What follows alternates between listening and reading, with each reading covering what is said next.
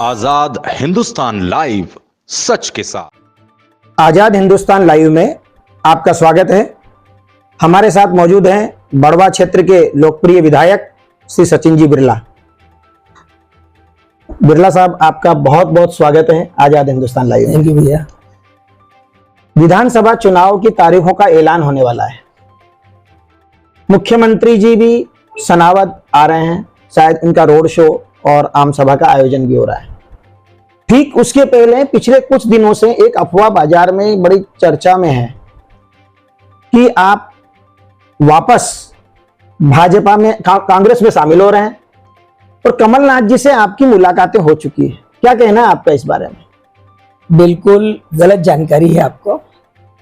अब कांग्रेस में वापस जाने का कोई प्लान नहीं है। मैं भारतीय जनता पार्टी का कार्यकर्ता हूं और जीवन पर्यंत जब तक जिंदा हूं, जब तक भाजपा में ही रहूंगा और पार्टी की सेवा करूंगा।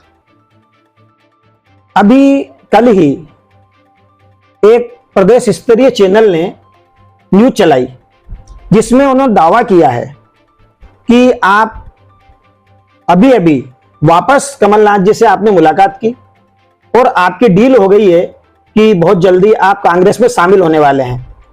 तो उस चैनल ने कैसे दावा किया और उसमें कितनी सच्चाई है और आप इसको क्या मानते हैं कि बार बार मुद्दा उठ रहा है?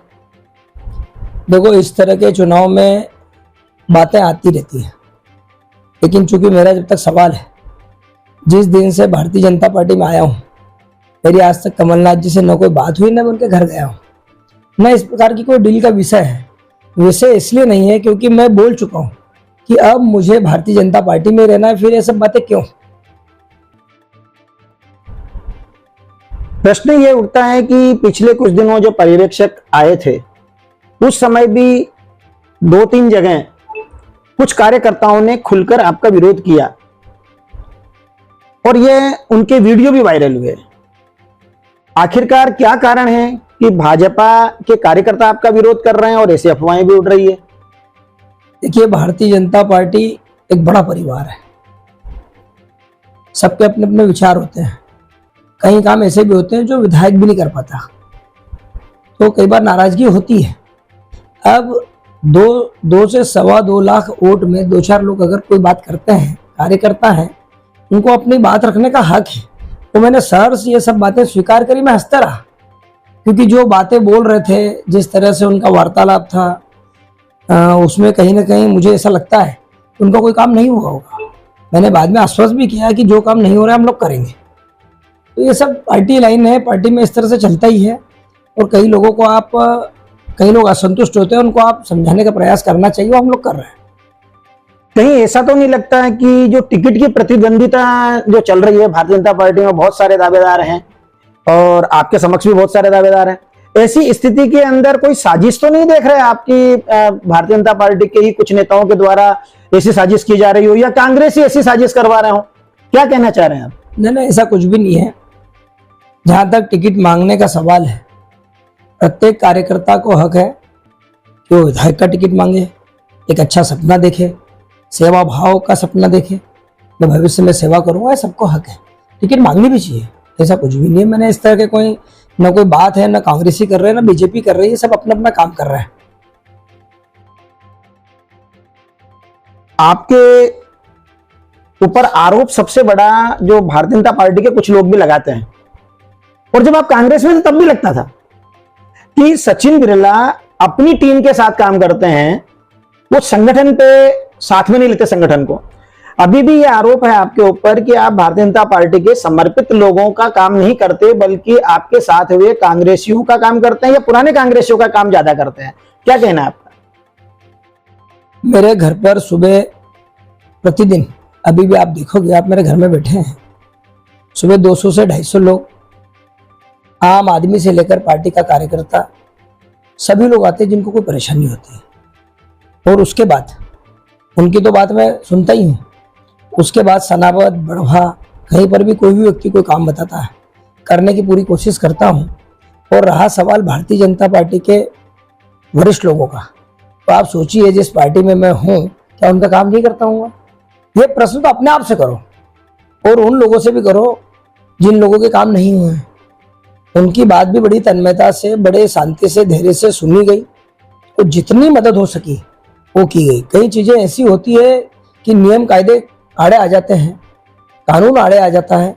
कई बार हम लोग चाहकर भी कार्यकर्ता की मदद नहीं कर पाते, तो इसका ये मतलब नहीं हुआ कि हम किसी की सुनते नहीं हैं। पूरे प्रयास होते हैं कि पार्टी का कार्यकर्ता संतुष्ट हो, पार्टी का, हमारे संगठन के लोग संतुष्ट हो, वरिष्ठ लोग संतुष्ट हो और आम आदमी संतुष्ट हो। गरीब से गरीब के लिए इस घर के दरवाजे खुले इसलिए किए हैं। जिस दिन से विधायक बना हूं, मैं प्रतिदिन जनता से रूबरू होता हूं। सुबह मेरा 6 बजे से लेकर 10 बजे तक का समय है। मेरे घर पे 6 बजे से 10 बजे तक, 11 बजे तक कोई भी आता है तो मैं उससे बराबर मिलता हूं। अभी इस समय मैं अंदर स्नान कर रहा था, आपका फोन आया। उसके बाद मैं मेरा मोबाइल बाथरूम तक में लेके जाता हूँ। वहीं से बात की थी, नल की आवाज आ रही थी, आप खुद ने बोला कि भैया नल की आवाज आ रही है। मैंने कहा भैया नहा रहा हूँ, मैं नहा के बस आता हूँ, आप आइए। तो सोचिए, जब इतनी जागरूकता से, इतने प्रेम से मैं सबको साधने की कोशिश कर रहा हूँ, साथ लेने की कोशिश कर रहा हूँ, तो एक सेवा भाव तो है। तो मैं इस इंटरव्यू में आपसे ये कहना चाहता हूँ कि पार्टी में इस तरह की कोई ना तो गुटबाजी है, ना ऐसा कुछ इस तरह का विषय है कि मैं वरिष्ठों की बात नहीं मानूंगा या फिर मैं अपनी कोई पैरेलल लाइन चला रहा हूँ। मैं संगठन का व्यक्ति पहले भी रहा, आज भी हूँ। मैं जानता हूँ संगठन के बिना कुछ भी संभव नहीं है। कोई भी पार्टी बिना संगठन के चल ही नहीं सकती, ये मुझे पता है, क्योंकि मैं खुद कई दायित्वों पे रहा हूँ और मैंने बहुत जमीन से काम किया है।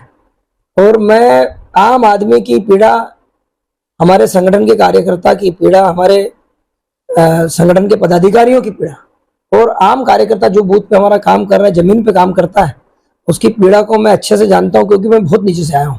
तो मुझे पता है कि उसको किन चीज़ों की जरूरत होती है, उसको कहाँ सम्मान की जरूरत होती है, उसको कहाँ सम्मान देना चाहिए, कहाँ उसको संबल देना चाहिए, बल देना चाहिए। तो ये सब चीज़ें मैं करते रहता हूँ। लेकिन इतना बड़ा परिवार है तो आप समझ सकते हो कि एक घर में अगर 3 भाई हैं, 2 भाई भी हैं, तो कहीं ना कहीं विचारों की लड़ाई होती है। तो कभी कभी इस तरह की बातें होती है तो उसको नजरअंदाज करना चाहिए। अब इतनी बड़ी पार्टी है, एक व्यक्ति बढ़वा में बोले, एक सनावत ग्रामीण में बोले, 2 जगह बात हुई, मैं मानता हूँ, कोई दिक्कत नहीं है। उन्होंने अपने बात रखी, मैंने उसका जवाब भी दिया।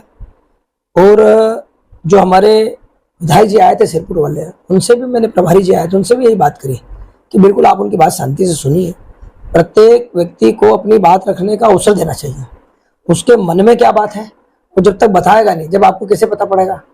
तो धीरे धीरे हम उन सब चीज़ों को, जो भी हमारी मैं समझाता हूँ कमजोरी है या जो काम हम नहीं कर पा रहे हैं, उन सबको खत्म करने का हम लोग काम कर रहे हैं। पार्टी एकजुट है, कार्यकर्ता हमारे परिवार है, सबको मनाएंगे और सबको एक साथ लेकर चलेंगे। ये बात इस अवसर पर बोलना चाहता हूँ आपसे। आपके एक साथी जो आपके साथ कांग्रेस से भाजपा में आए थे, मोहन मलगाया, वो भी आपसे आजकल बहुत नाराज है।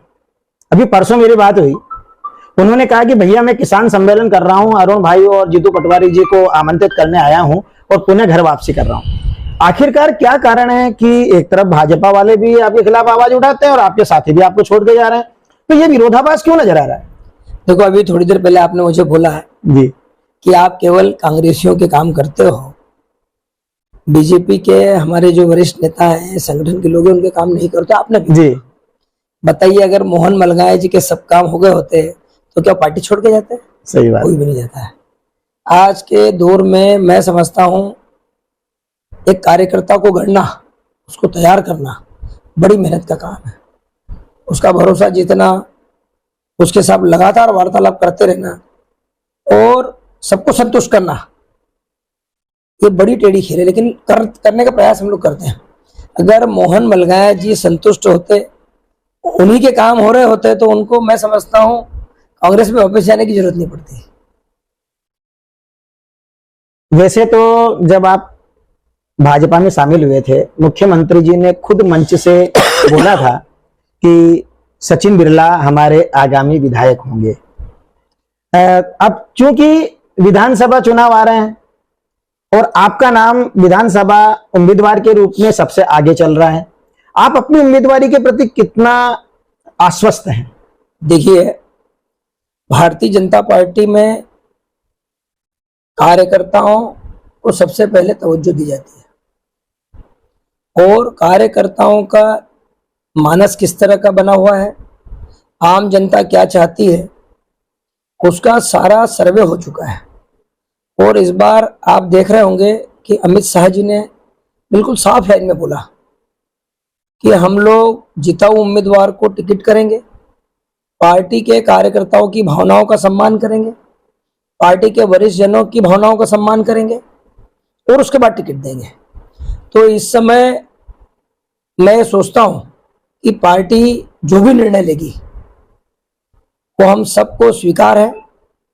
टिकट का कोई विषय नहीं है, टिकट मिली तो चुनाव लड़ेंगे, अन्यथा जिसको भी मिलेगा उसके लिए पूरी ताकत से काम करेंगे, कार्यकर्ताओं को एकजुट करेंगे और भारतीय जनता पार्टी को यहाँ से बड़े वोटों से जिताने का पूरा प्रयास रहेगा। आपने वैसे तो इस प्रश्न का जवाब दे ही दिया मेरे पूछने के पहले ही, पर प्रश्न ये फिर मैं वापस करना चाहूंगा कि क्या पार्टी ने यदि आपको टिकट नहीं दिया तो क्या कोई खास प्लान 2 रेडी है आपके दिमाग में? कोई प्लान नहीं है, कोई बात नहीं है। मैं एक लाइन हमेशा बोलता हूं कि अब मेरा जीवन मरण ही भारतीय जनता पार्टी में है और पार्टी के लिए जिएंगे। पार्टी जो निर्णय लेगी उसको सिरोधार्य करेंगे, जो भी आदेश करेगी उसके लिए काम करेंगे, जो भी आदेश देगी वो काम करेंगे और पार्टी को प्रचंड बहुमत से, हमारे किसी सामान्य कार्यकर्ता को भी टिकट जाती है उसके लिए भी काम करेंगे और पूरी ताकत झोंकेंगे। और सचिन बिरला खुद घर घर जाके भाजपा के लिए वोट मांगेगा, चिंता मत करो आप। अंतिम प्रश्न है कि चुनाव का समय है, ऐसी अफवाहें उड़ती रहेगी, बहुत सारी फेक न्यूज भी चैनलों में आएगी। अभी जो फेक न्यूज लगी है उसके खिलाफ क्या आप कोई कार्रवाई करने जा रहे हैं? बिल्कुल। या उसके खिलाफ क्या कदम उठा रहे हैं? बिल्कुल, कल रात को हम लोगों ने वकीलों से बात की है। मानहानि का दावा हम लोग चैनल पर लगाएंगे क्योंकि मैं समझता हूं आप चौथा स्तंभ है और आप जो लोग दिखाते हैं, जो भी बात दिखाते हैं, जनता उस पर भरोसा करती है। तो न्यूज चैनल्स को समझ में आना चाहिए कि अगर कोई बात आप गलत जानकारी अपनी लोकप्रियता के लिए फेंक रहे हो तो पार्टी की इमेज तो डाउन होती है, व्यक्तिगत जो आदमी जिस पार्टी से जुड़ा है उसकी भी इमेज खराब होती है। तो यह हमेशा ध्यान रखने का विषय रहता है कि आप जो भी सच हो बात दिखाइए। जिस तरह से उन्होंने बोला कि कल मैं कमलनाथ जी के बंगले पर गया, उनसे मिला, आप सारे नाके हैं, मेरी गाड़ी तो गई होगी, मैं भी निकला हूँ। मैं उनको चैलेंज करना चाहता हूं कि भाई आष्टा से लेके भोपाल तक 2-3 नाके हैं, टोल लगते हैं, उन टोल पे आप जांच कराइए।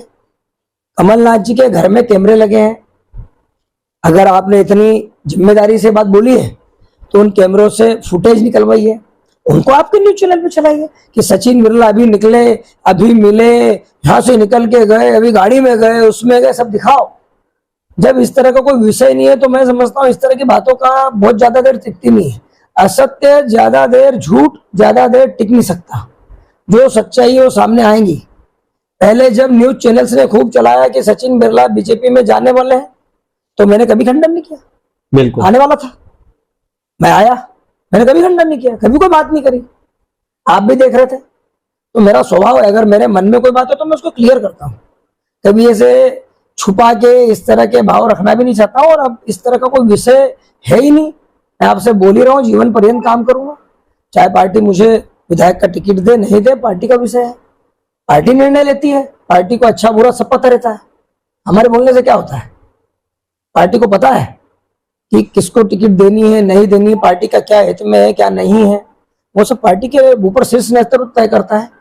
ऊपर बैठे हुए लोग हमसे ज्यादा मैं समझता हूँ बुद्धिमान भी हैं, समझदार भी हैं और इतनी बड़ी पार्टी चला रहा है तो उनको सब चीजें ज्ञान में है। बहुत बहुत धन्यवाद। ये थे विधायक सचिन बिरला, जिन्होंने स्पष्ट रूप से खरे खरे शब्दों के माध्यम से इन्होंने बताया कि अब मेरा पूरा जीवन भारतीय जनता पार्टी के प्रति समर्पित है और भारतीय जनता पार्टी जो भी निर्णय करेगी विधानसभा चुनाव को लेकर उसको मेरा पूरा समर्थन रहेगा। इस प्रकार की फेक न्यूजों से उन्होंने आह्वान भी किया कि जनता भ्रमित नहीं हो और जो भी बात यदि करें चैनल भी तो वह सोच समझ के करें, सही न्यूज दिखाएं, यही उनका अनुरोध था। बहुत बहुत धन्यवाद। धन्यवाद सचिन बिरला जी।